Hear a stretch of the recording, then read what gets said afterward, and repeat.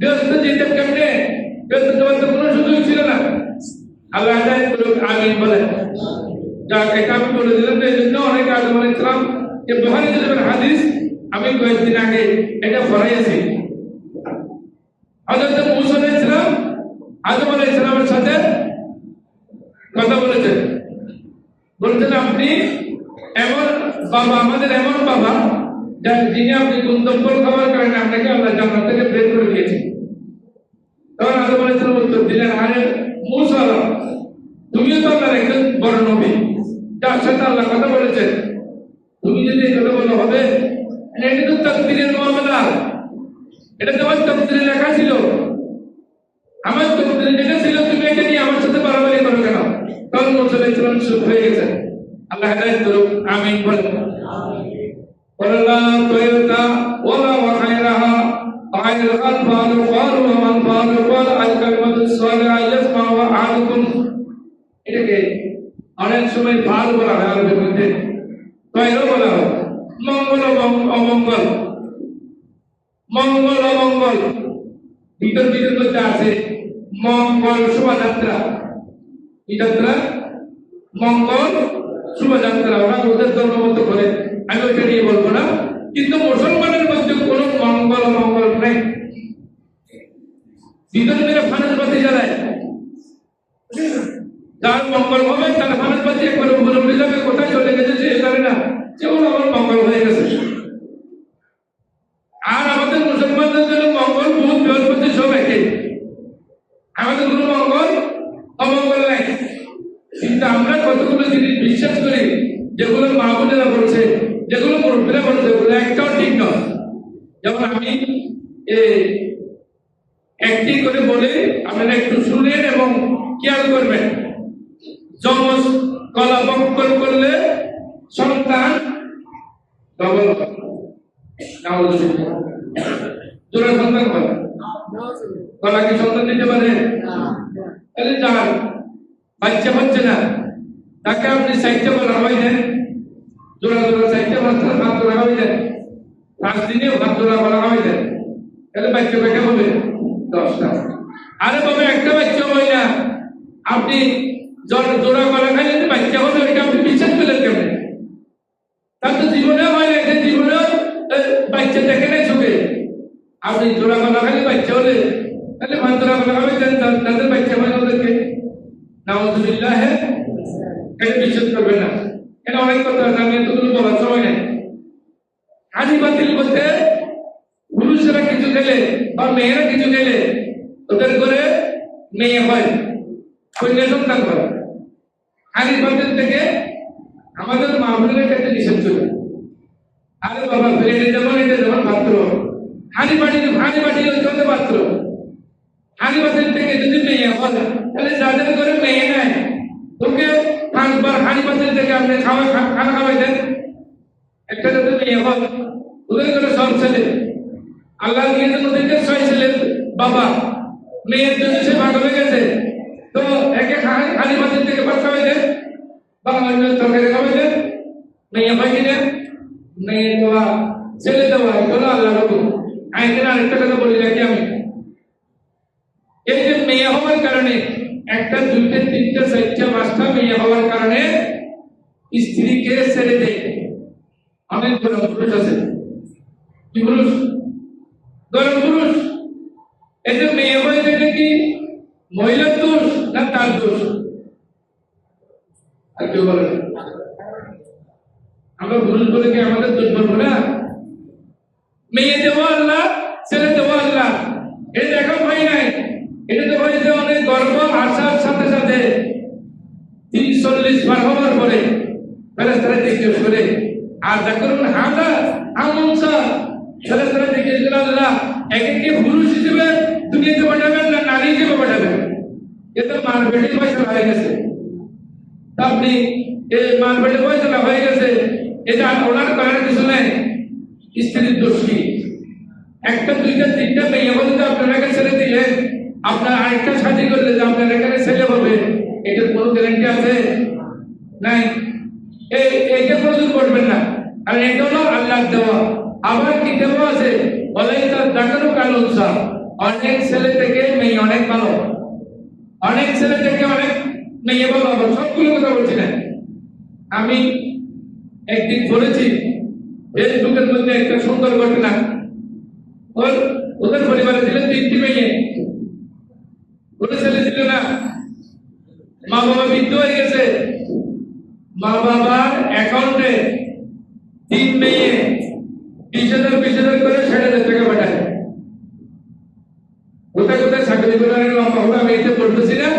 ওই মেয়েরা বড় হয়ে লেখাপড়া করে ওরা 20,000 টাকা করে মা বাবার অ্যাকাউন্টে পাঠায়। 3জন মেয়ে 60,000 টাকা মাসে মা বাবার জন্য পাঠায়। তাহলে ওদের মা বাবা কত আরামে চলে। আর মেয়েরাই শুধু ছেলে আছে, একজন লন্ডন, একজন আমেরিকা, একজন জাপান। বাবা মা ঘরের মধ্যে মরে আছে, 1 সপ্তাহ মরে আছে, পোকা খেয়ে ফেলছে, মা খবর নিয়ে নেয়।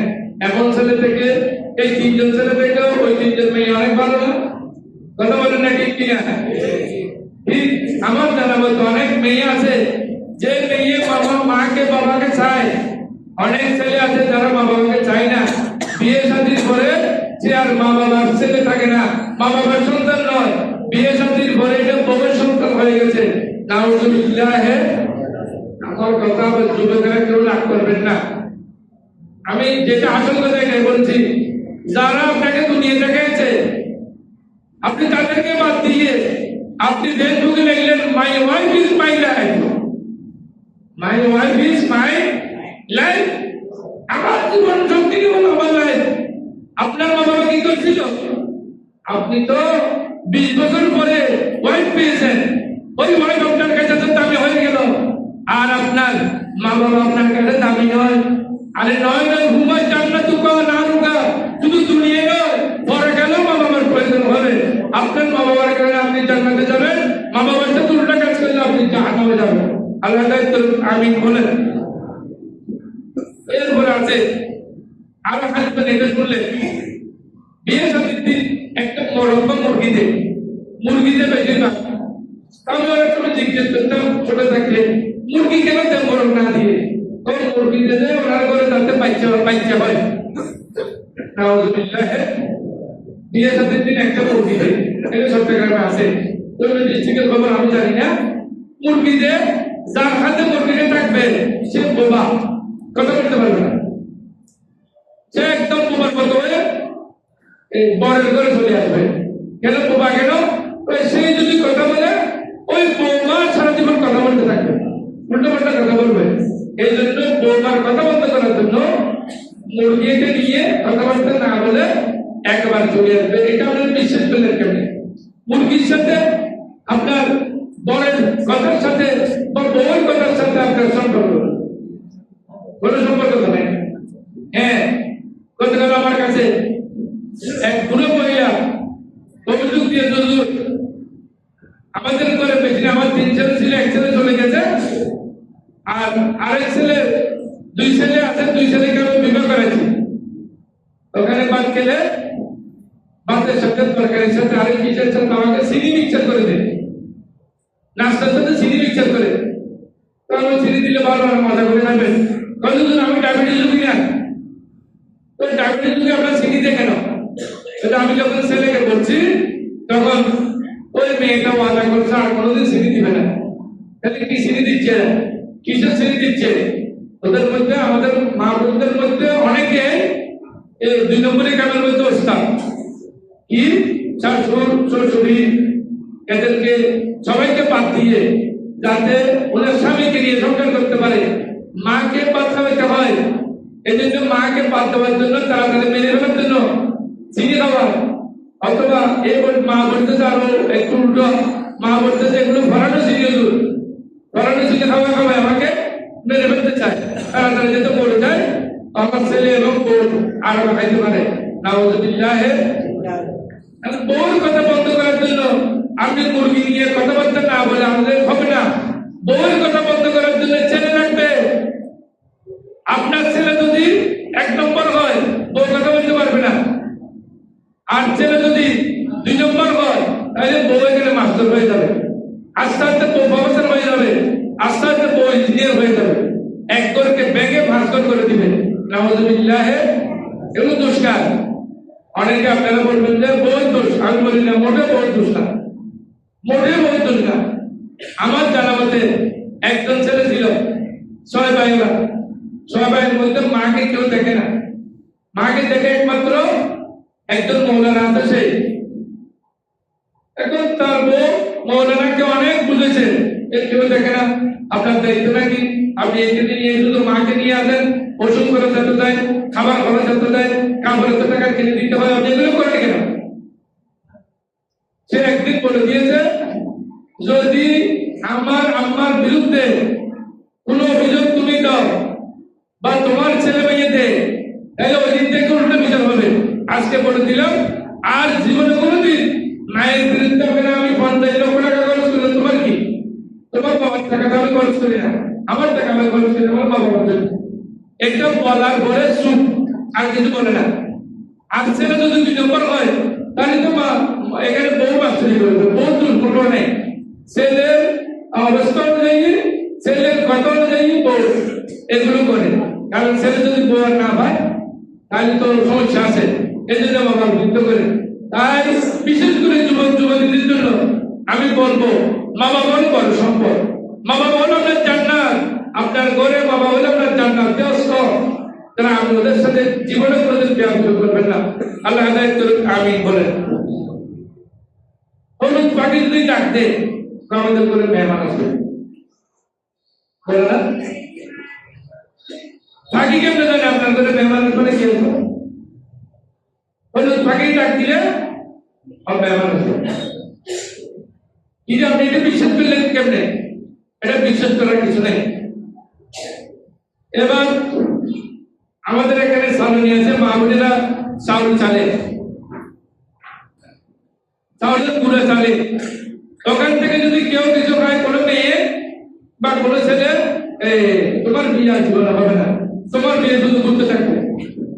সালনি থেকে খাইলে নাকি বিবাহ করে। নাউযুবিল্লাহ, বলবেন না একটু যুবকরা নাউযুবিল্লাহ বলবেন না? সালনি এটা কি? এটার সাথে বিয়ের সাথে সম্পর্ক কি?